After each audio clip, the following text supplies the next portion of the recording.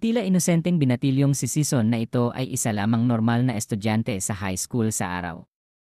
Ang tanging kakaiba ay si Sison ay laging may benda sa kanyang leg. Bukod pa rito, ang kanyang kinakain ay 10 beses kaysa sa normal na tao, ngunit nananatili pa rin siyang payat. Ang sikreto ni Sison ay mayroon siyang maliit na butas sa kanyang leg.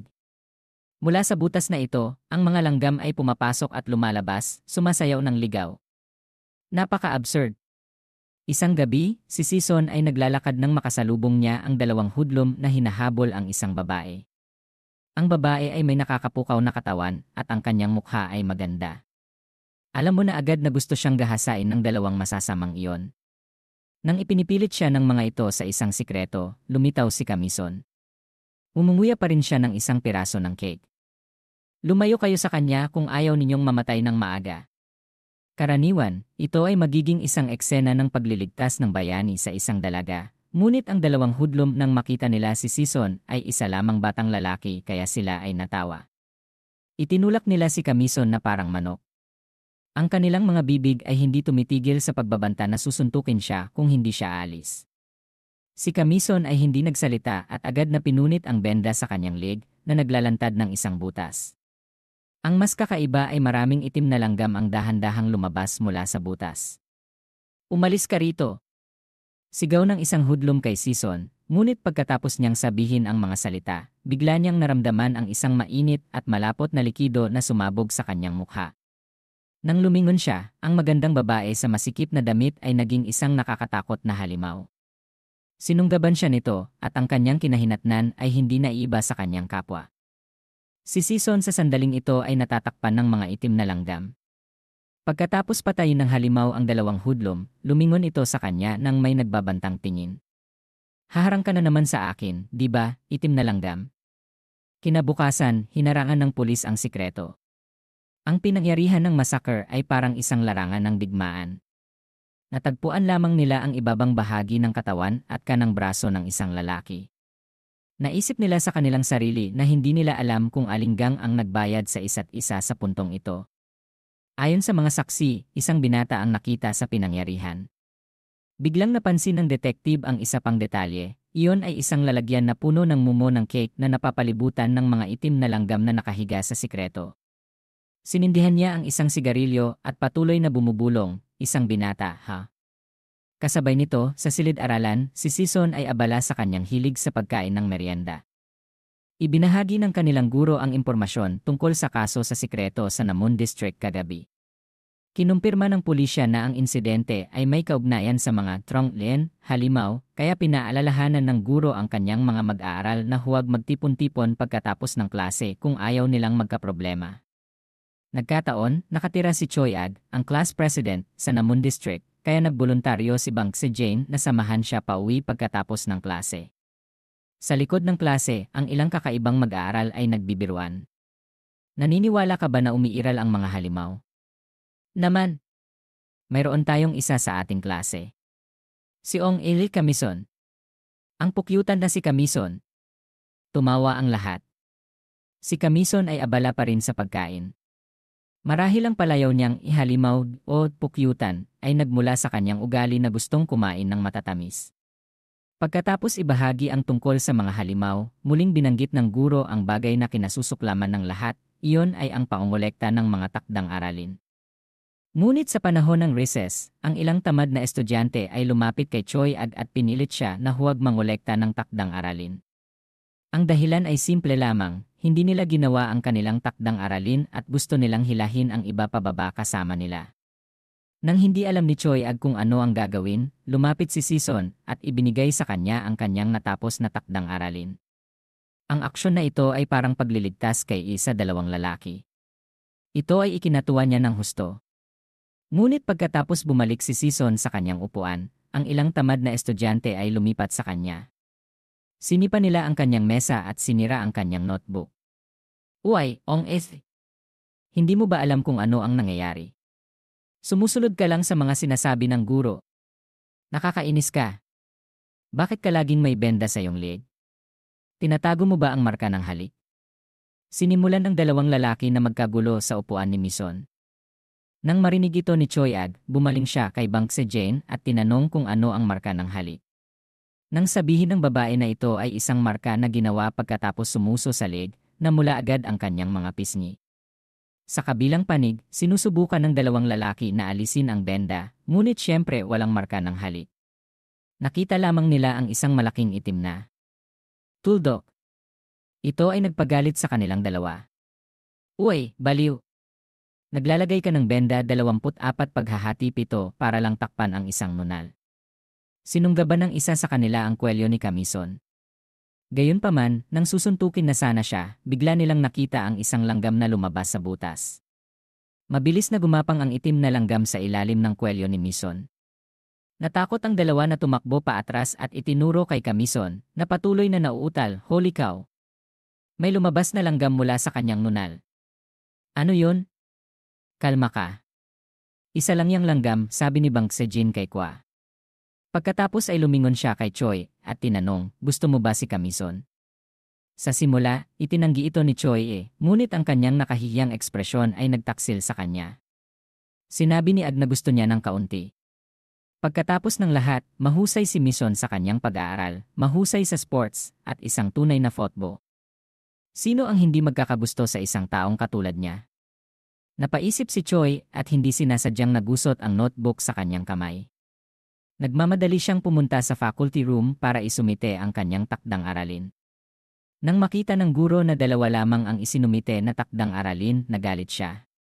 Pinanatili niya ang mga estudyante para maglinis, habang ang dalawang nagsumite ng takdang aralin, si Aja at Mison, ay pinayagang umuwi sa oras.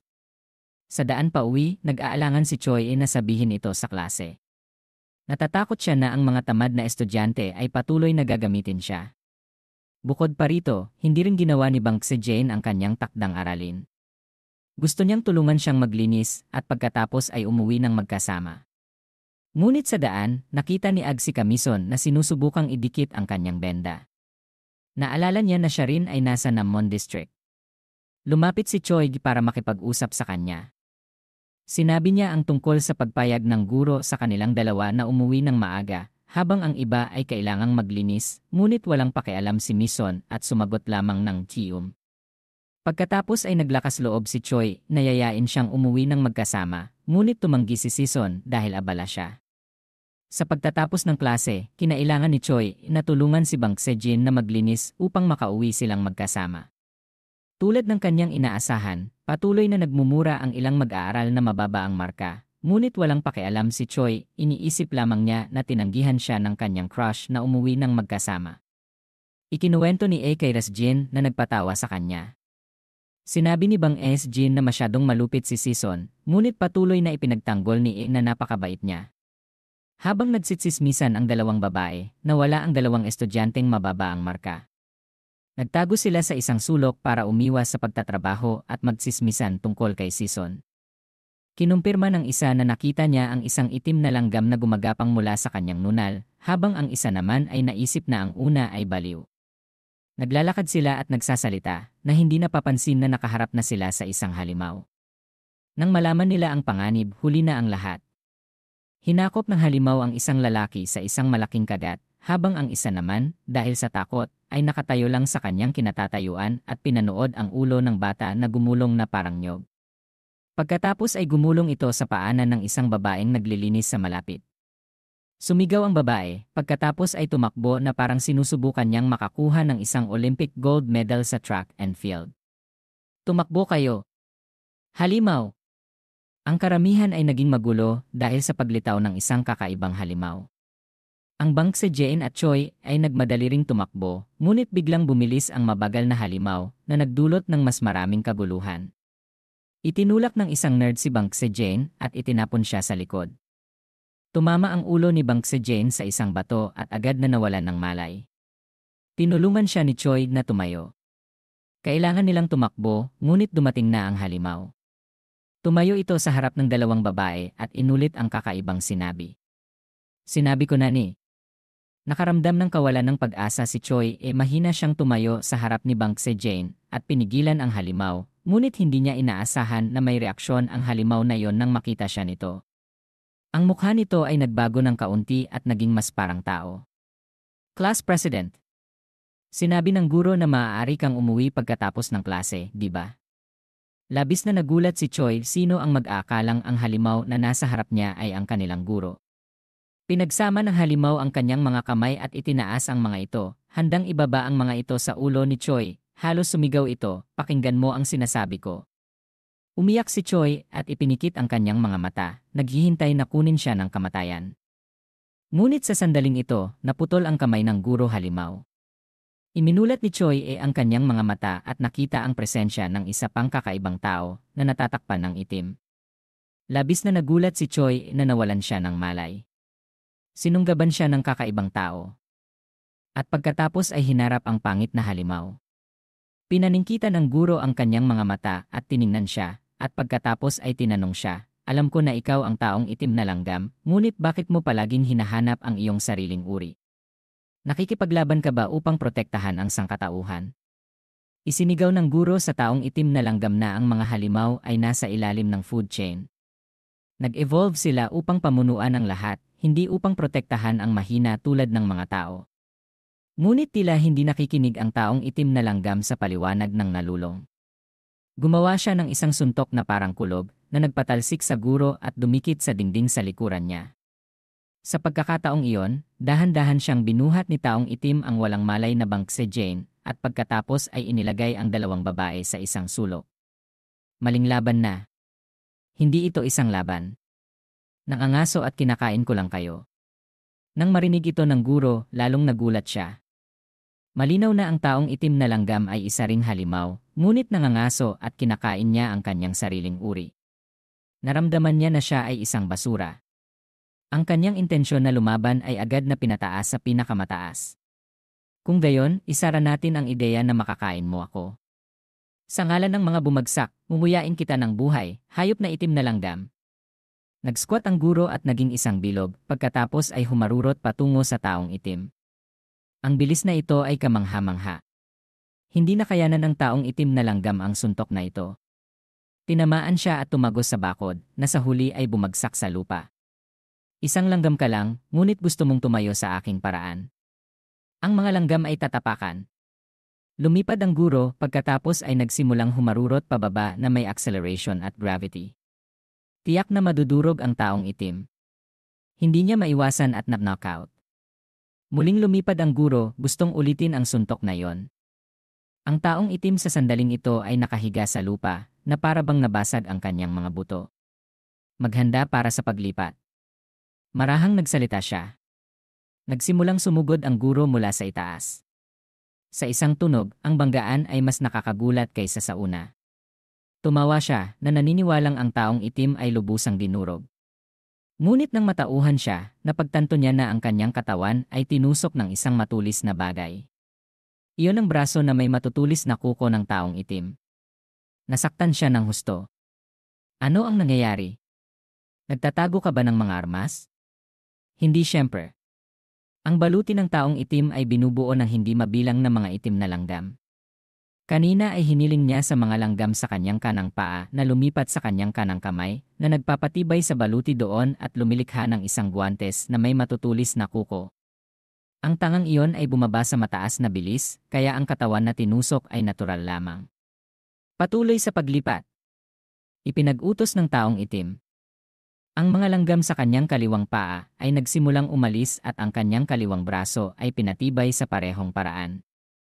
Ang matutulis na kuko na iyon ay nagpapawis sa guro, ngunit wala siyang paraan para makawala sa kamay na tumutusok sa kanyang katawan. Ah! Bitawan mo ako! Sigaw ng guro halimaw sa kawalan ng pag-asa. Itinaas siya ng taong itim gamit ang kanyang kanang kamay, ibinaluktot ang kanyang kaliwang kamay at gumawa ng isang napakalakas na suntok. Lumipad ang guro at nadama niyang wala ng buo sa kanyang katawan. Ang kanyang ulo ay nakabaon sa lupa at ang kanyang mga paa ay nakataas sa langit sa isang hindi kaaya-ayang posisyon. Ano ba ang kapangyarihang ito? Ang masamang guro ay nagpumiglas at gustong tumayo, ngunit muling lumapit ang taong itim. Sa pagkakataong ito, ginamit niya ang parehong mga kamay upang itaas ang guro sa itaas ng kanyang ulo. Patuloy siyang sumigaw, hindi. Hindi. Nag-evolve siya at ayaw nang mamuhay ng ordinaryong buhay, Ngunit kahit nagaano siya magpumiglas, hindi niya mapipigilan ang taong itim na walang tigil na nagsusumikap sa kanyang mga kamay. Sa huli, dinurob niya ang masamang guro, ang mga piraso ng kanyang katawan ay nahulog sa lupa. Ang eksena ay napakatakot. Kumain ka at umalis. Pagkatapos sabihin ng taong itim ang mga salita, kumalat ang lahat ng itim na langgam sa kanyang katawan. Nagsimula silang walang tigil na punitin ang katawan ng masamang guro. Hindi alam ng taong itim na ang kanyang laban ay pinanood ng isa pang halimaw na nagkukubli sa likod ng puno sa malapit. Hinarangan agad ang pinangyarihan. Naroon pa rin ang detective na nag-imbestiga sa kaso sa sikreto sa distrito ng Namun. Sa pagkakataong ito, dinala pa niya ang isang kasosyo na tila sapat na may kakayahan para makipaglaban sa halimaw. Ngunit nang dumating sila, huli na ang lahat. Walang natira para makipaglaban. Ayon sa sitwasyon, napagpasyahan ng kasosyo na iyon ang labanan ng dalawang halimaw. Ngunit hindi niya alam kung bakit magkakapatayan ang mga katulad nila. Sa sandaling ito, dumating ang kanyang tauhan para ipaalam na ang estudyanteng nakipaglaban sa guro halimaw ay gising na. Sinabi niya na isang itim na tao ang sumagip sa mga estudyante. Habang kinakapanayam ng mga reporter ang isang estudyante, siya ang nerd na tumulak kay Bankse Jane at tumama sa kanyang ulo sa bato. Ang pinakamasama, sinagot niya ang panayam sa isang napakasinungaling na paraan. Kahit na ang kanyang aksyon sa panahong iyon ay napakaduwag. Sobrang natakot ako nang malaman kong halimaw pala ang aming guro, ngunit dahil sa aking mga kaibigan, hindi ako makatakas. Nakunan ko ng litrato. Gusto ninyo bang makita? Siyempre gusto ng mga reporter, ngunit nang buksan ng binata ang album, malabo ang larawan at walang makita. Ito rin ang pinoproblema ng detective. Ang CCE o mga black box sa mga kotse sa paligid ay walang silbi, kaya wala silang nakuhang data. Habang ginugulo ito ng mga reporter dito at hinaharangan ang investigasyon. Ngunit gayunpaman, sa sitwasyong ito, ang kwento tungkol sa mga halimaw ay malapit ng hindi maging isang simpleng alamat sa lungsod. Ang detective at ang kanyang kasosyo ay lumapit sa estudyanteng nagising na, ang si Choi, nang makita niyang naninigarilyo ang detective, tinakpan niya ang kanyang ilong. "Sir, hindi ka dapat naninigarilyo sa paaralan." Sumagot ang detective ng EO pagkatapos ay pinatay ang sigarilyo sa kanyang kamay.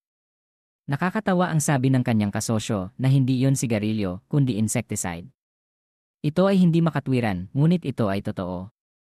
Bumalik sa pangunahing paksa, si Choi ay ang nakipag-ugnayan ng malapit sa halimaw. Sinabi ni Agna nang gustong patayin sila ng masamang guro, lumitaw ang taong itim. Ang detective at ang kanyang kasosyo ay medyo nagulat nang marinig ito. Isang itim na tao. Paano mo nalaman na tao iyon? Nakita kong parang tao. Nawalan ako ng malay kaagad pagkatapos noon, kaya malabo rin ang mga alaala ko. Hindi siya mukhang halimaw. Patuloy na kinumpirma ni Choi na iniligtas sila ng taong itim. Nang makita ito, lumipat ang detective sa pagtatanong ng iba. Nagtanong siya kung may nawawalang estudyante habang naglilinis. Tumango si Choi at totoo na sumagot na isa lang ang hindi dumating, si Kamison. Sa sandaling ito, nakauwi na si Sison. Ipinagluto siya ng kanyang lola ng masarap na mesa na puno ng mga pagkain gusto niya, ngunit ngayon, sa pagtingin sa mesa na yon, nahihilo lang si Sison. "Lola, hindi ako nagugutom ngayon." Iyon ay dahil natunaw niya ang isang malaking halimaw kanina. Tila naintindihan ng lola ang issue. Siguro sanay na rin siya rito. "Oh and my God, again?" Balisang sinuri ng lola ang katawan ni Kamison. "Hindi ka ba nasaktan kahit saan?" "Pasensya na. Naghanda ako ng pagkain para sa'yo." Iwinagayway ni Kamison ang kanyang kamay na nagpapahiwatig na ayos lang. Ang kanyang kaligtasan ang pinakamahalaga. Pagkatapos ay ipinadala niya siya sa kanyang silid upang magpahinga. Nababahala pa rin si Kamison sa mesa at sinabi sa kanyang lola na gigising siya ng maaga bukas para kumain ng marami. Pagkatapos niyang pumasok sa silid, hindi na napigilan ng kanyang lola ang kanyang mga luha. "Oh God, anong kasalanan ang nagawa ng apo ko?" Ibinagsak ni Sison ang kanyang bag at humiga sa kama. Iniulat ng telebisyon ang nangyari ngayong hapon sa kanyang high school. Ang mga guro, estudyante, at magulang ay nagulat at nagalit nang malaman nilang halimaw ang kanilang guro at mas nagalit sila nang malaman nilang kinakain niya ang mga estudyante dahil lang sa hindi sila nagtakda ng aralin. Nakahiga lang si Sison, hindi niya alam kung tulog na ba siya o hindi. Ang bawat isa sa mga itim na langgam ay nagdala ng isang piraso ng karne na tinanggal mula sa katawan ng masamang guro at sunod-sunod na pumila at umalis sa paaralan at bumalik sa bahay ni Camison. Pagkatapos ay sunod-sunod din silang pumasok sa butas sa kanyang leeg na parang walang nangyari. Pagkalipas ng ilang araw, abala na naman ang pulis sa bagong kaso, ang mass kidnapping ng mga bata. Ngayon ay lumalapit sila sa isang inabandunang gusali na pinaghihinalaang lugar kung saan ikinulong ang mga bata. Pagdating sa ika-3 palapag, nagulat ang pinuno ng pulis kasama ang kanyang mga tauhan nang makita nila ang eksena sa loob ng isang silid. Mayroong dose-dosenang mga kokoon na nakasabit sa dingding na nakabitin doon. Sa labas ng gusali, 3 miyembro ng organisasyon ng Tea Park Reaper ang matyagang naghihintay. Ito ang organisasyon na dalubhasa sa paghawak ng mga kaso na may kaugnayan sa mga halimaw, bukod pa sa detektib na pamilyar na si Po na nag-imbestiga sa kaso sa sikreto at sa paaralan. 2 pang binata ang naroon, lumitaw ang isang taong nagngangalang E at isang taong nagngangalang Sam. Matapos maghintay ng ilang sandali, dumating ang mga reinforcements. Tila ang kaso ng kidnapping na ito ay may kaugnayan sa mga halimaw. Sa itaas, ang Chief of Police at ang kanyang mga tauhan ay nagmamadaling putulin ang mga kokoon. Alam nilang halimaw ang kalaban, kaya hindi sila naglakas loob na maghintay hanggang sa dumating ang Park Reapers. Kailangan nilang samantalahin ang bawat segundo dahil manganib ang buhay ng mga bata. Matapos tanggalin ang mga kokoon, sinimulan nilang buksan ang mga ito. Sa kabutihang palad, humihina pa ang mga bata, ngunit nagsisimula na rin ang kamalasan dito. Nang sirain ng isang pulis ang isang kokoon, ang naghihintay sa kanya ay hindi isang kaibig-ibig na bata, kundi isang palaso na tumagos sa ulo ng isang kasuklam-suklam na nilalang na parang lumilipad. Sinalakay nito diretso ang Chief of Police at tinanong, "Anong ginagawa niyo sa mga anak ko?" Sobrang tensyonado ng Chief of Police at hindi niya alam kung paano sasagot. Muling sumigaw ang lumilipad, "Tinanong ko kayo, anong ginagawa niyo, mga hamak?" Sa galit ng lumilipad na ito, hindi man lang naglakas loob huminga ng malakas ang Chief of Police. Itinaas ng kanyang tauhan ang cellphone niya, ngunit sumugod ang lumilipad sa kanya. Ang bilis nito ay mas mabilis pa sa kidlat, at ang ilong nito ay gawa sa matalas na metal tulad ng dulo ng isang palaso. Doong! Ang ilong ng lumilipad ay agad na napabaling sa isang gilid. Nagulat ang Chief of Police. Lumalabas na ginamit ni Sam ng Park Reaper